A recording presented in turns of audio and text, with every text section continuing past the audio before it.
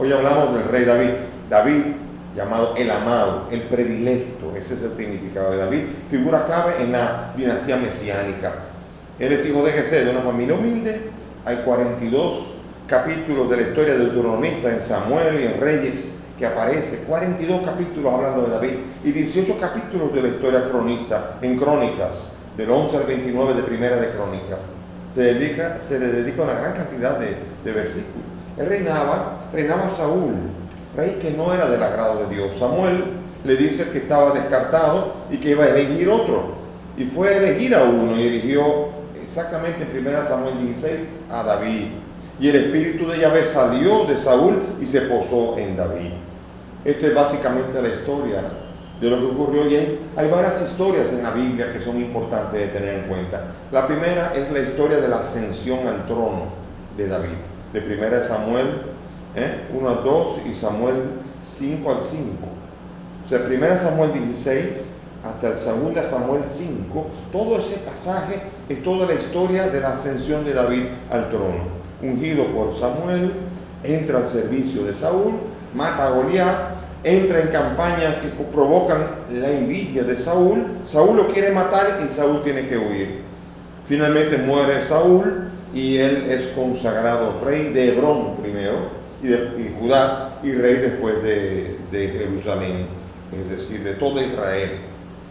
Los egipcios a Jerusalén le llamaban Urusalim, que viene de la tradición de Melquisedec, rey de Salem. Y también después viene, ya se le llama Jerusalén, que es la ciudad de la paz. Es la capital de Israel. Hasta el día de hoy se lleva el arca y es importante entender el centro que ocupó. Y entonces, después viene la historia del reinado de David. Este reinado se instala él y después de allí, en el reinado de alguien muy amado por Dios, pero que comete también un pecado, lo reprocha a Natán, se arrepiente y finalmente su hijo Absalón se rebela y va a tener que venir la tercera historia, que es la sucesión de David. El que va a suceder al trono en David no va a ser Absalón, que no fue visto con el agrado, no hizo las cosas buenas ante Dios, sino que va a ser el rey Salomón.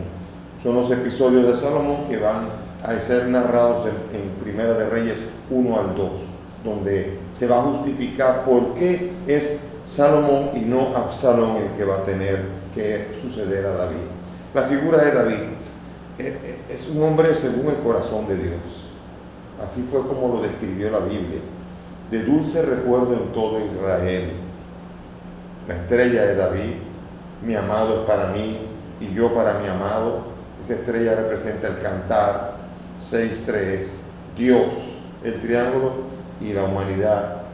Yo soy mi amado para mí, yo soy para mi amado. Esa estrella aparece en la sinagoga de Cafarnaúm, es decir, que tiene más de 2000 años, y sobre todo en el códice, en el 1008 de Samuel ben Jacob, donde aparece también, se le llama la estrella de David, y en el 1150 en Judá se va a hablar el escudo de David. Es decir, que la sinagoga de Cafarnaúm tenía la imagen de la estrella de David, es decir, que ya el símbolo de la estrella ya estaba presente representando al rey David y a su reino. A él se le ordena construir un templo. Natán se lo pide, pero no puede construirlo. ¿Por qué? Porque él ha matado demasiada gente y no puede porque tiene demasiada sangre en sus manos. Y no va a ser él, sino su dinastía, el que va a construir un trono y después va a ser el que va a gobernar sobre él. Gobernó 40 años, 7 en Judá y después 33 sobre todo Israel.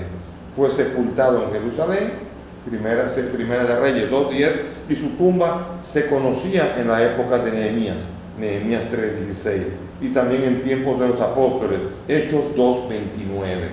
Sin embargo, sobre la tumba de David, después han surgido muchas especulaciones. No faltará quien vaya a Tierra Santa que le digan que está bajo el cenáculo, donde se hizo la última cena y donde el Espíritu Santo se derramó sobre los apóstoles, pero ya esto es forzado. David es artista, David es escritor, se le atribuyen 70 salmos, y David es músico, tocaba la lira y el arpa, y fue inspiración para muchos artistas. El más conocido de todos es el David de Miguel Ángel, que está en Florencia.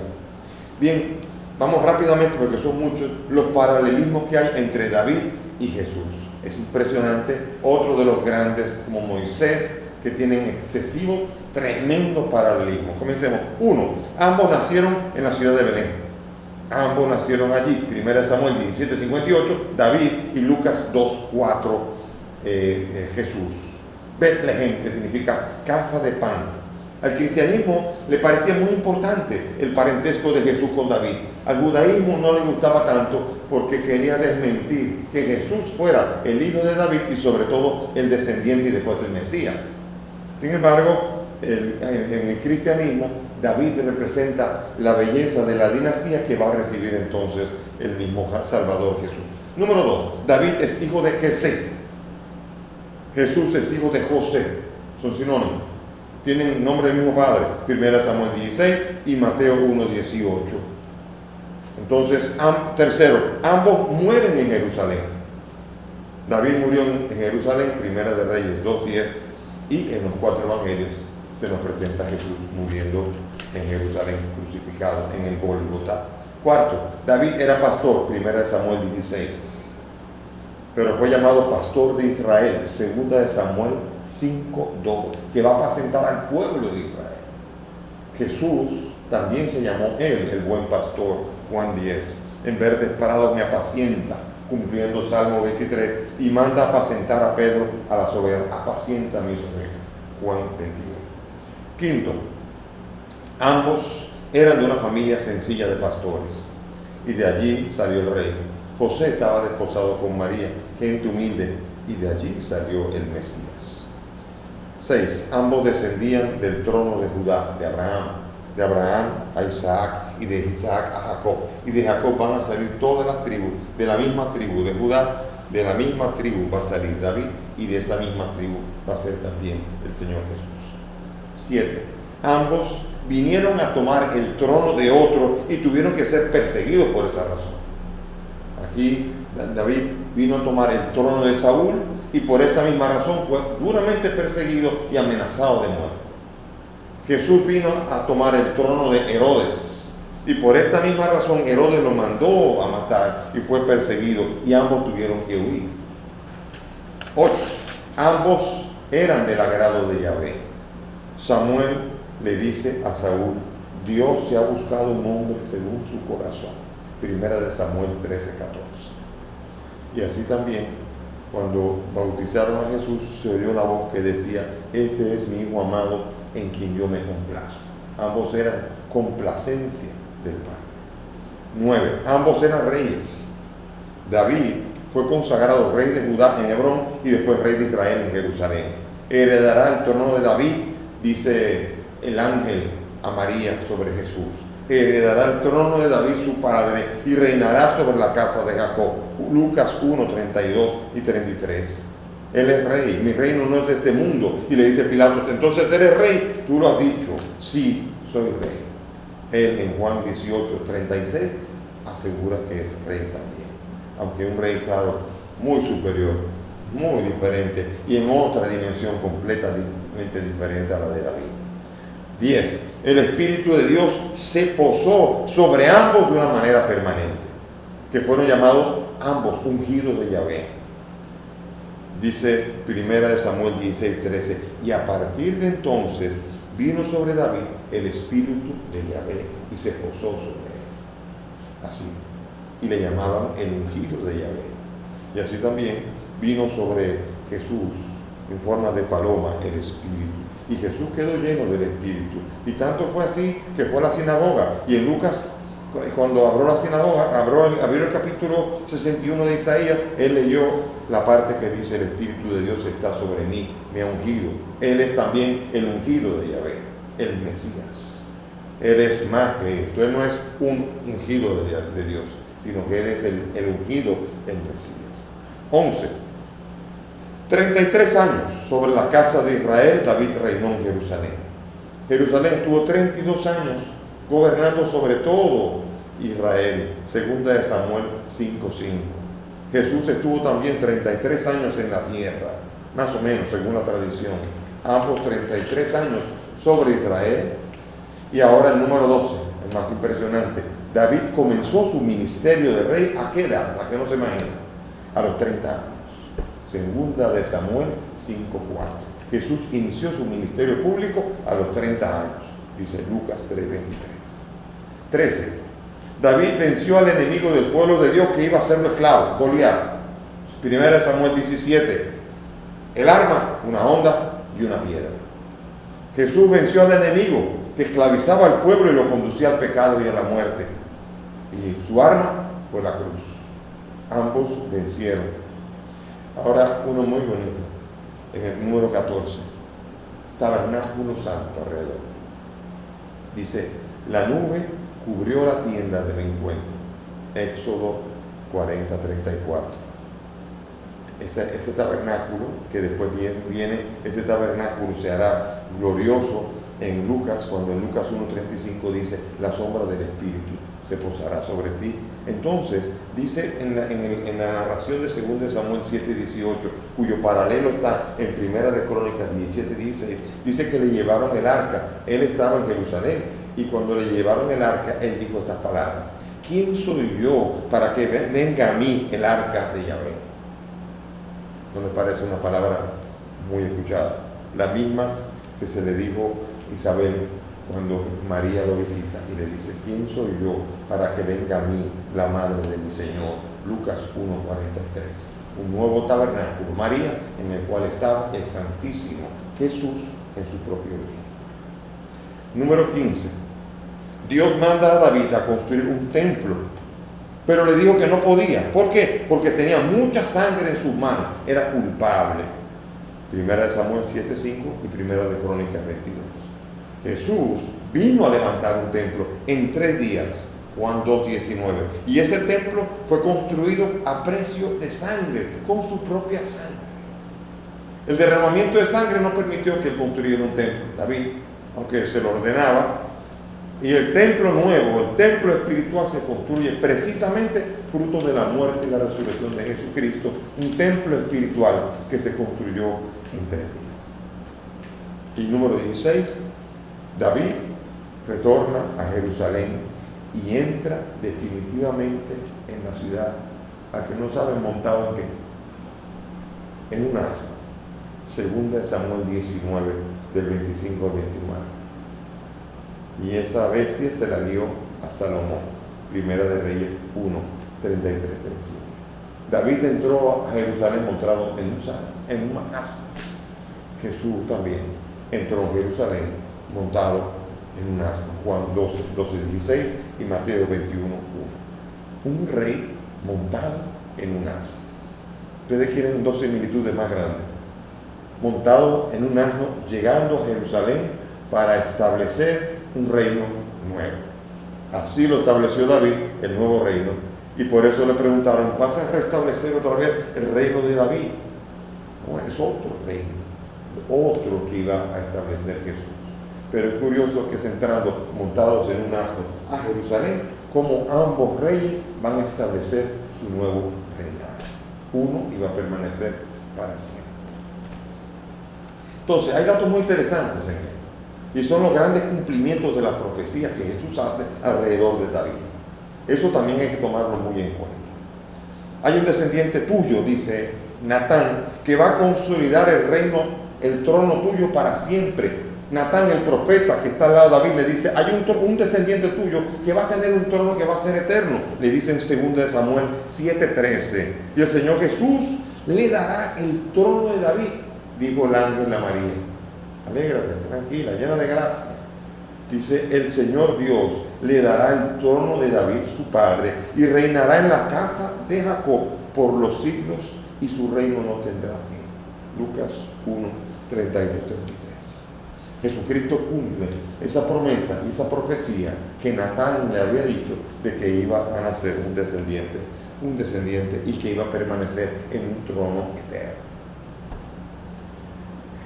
El nacimiento es en Belén. Y en Belén es donde se profetizó. Dice la palabra en Miqueas, pero tú, Belén, pequeña entre las familias de Judá, de ti saldrá el que será el Señor y el caudillo en Israel. Miqueas 5:2. De ti saldrá el caudillo. Eso fue en el 735 a.C. ¿Está bien? Antes, 7 siglos antes, se ha dicho que ustedes se imaginan lo que puede pasar en 7 siglos. Las cosas que varían en la historia, los centros históricos cambian, pero Jerusalén permaneció, y allí permaneció hasta ese momento. Y después de Jesús ese templo se destruyó y nunca más ha habido templo, tal como el mismo Jesús lo anunció. Cosas tan impresionantes que hasta el día de hoy todavía sean patentes a nuestros propios ojos. La crucifixión, otra de las, y derramaré sobre la casa de David un espíritu de gracia, y mirarán al que traspasaron como se llora a un unigénito. Zacarías 12:10. O sea, alrededor de la casa de David está bien claro que es que se está gestando todo este anuncio de este nuevo cielo nuevo y tierra nueva que se van a gestar en Israel. Uno de los soldados le abrió el costado y salió sangre y agua. Juan 19:34. También está el Salmo 22 de David. El Salmo 22 que dice: Dios mío, ¿por qué me has abandonado? Creo que son pocos los salmos que describen lo que está pasando exactamente en el momento de la crucifixión. Pero no solamente esto, el mismo Jesús es el que lo cita. Saben que en esta época, cuando usted citaba una frase del Salmo, estaba citando el Salmo entero. Y Jesús, antes de morir, uno se cree que está diciendo: pero el Padre lo abandonó.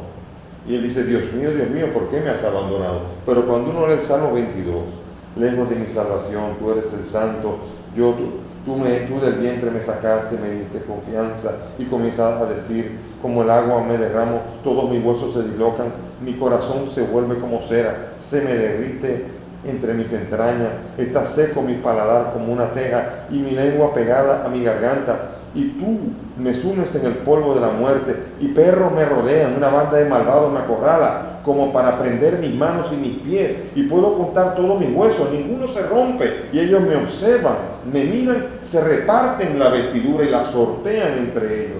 Tú no estás lejos, y me has mirado mis manos, que están heridas. O sea, cuando uno ve el Salmo 22 y uno lo lee bien, uno dice: ¿pero qué es eso? ¿Qué es eso? ¿Y quién compuso esto? David. David compone los detalles, menea su cabeza, que de salve Dios, mis huesos se dislocan, puedo contarlo, mi corazón se vuelve como cera, está seco mi paladar, se reparte mi vestidura. No sé si quieren más. El hijo de David, otro de las frases que se le usó mucho para Jesús. Jesús, el hijo de David. Hijo de David, ten compasión de mí. 17 veces en el Nuevo Testamento. Ciegos, endemoniados, leprosos, lo llaman hijo de David. Es el título del Mesías, el descendiente esperado. El hijo de David es el que vendría lleno del Espíritu con un trono eterno. Es el Mesías, y ese se le atribuye a el mismo Jesús, hijo de David. En el Apocalipsis también hay un momento específico en donde tienen que abrir los rollos. Estamos hablando de aquí, eso es lenguaje simbólico. Hay que entender la historia. Y para entender la historia dice que para interpretar la historia hace falta que entre un personaje. ¿Cuál es? Dice que es el león de la tribu de Judá, el retoño de David, que ese abrirá el libro y los 7 sellos. ¿Qué quiere decir? Que le dará sentido pleno a la historia, que está sellada a los ojos humanos. Y finalmente, en Apocalipsis 22:16 se nos dice: yo, Jesús, he enviado a mi ángel para darle testimonio en lo referente a las iglesias. Yo soy el retoño, soy el descendiente de David, el lucero radiante del alba. Apocalipsis 22:16. Jesús es el nuevo David, su victoria es la nuestra. David es el símbolo de la victoria. Jesucristo es la realidad de esa victoria hecha realidad.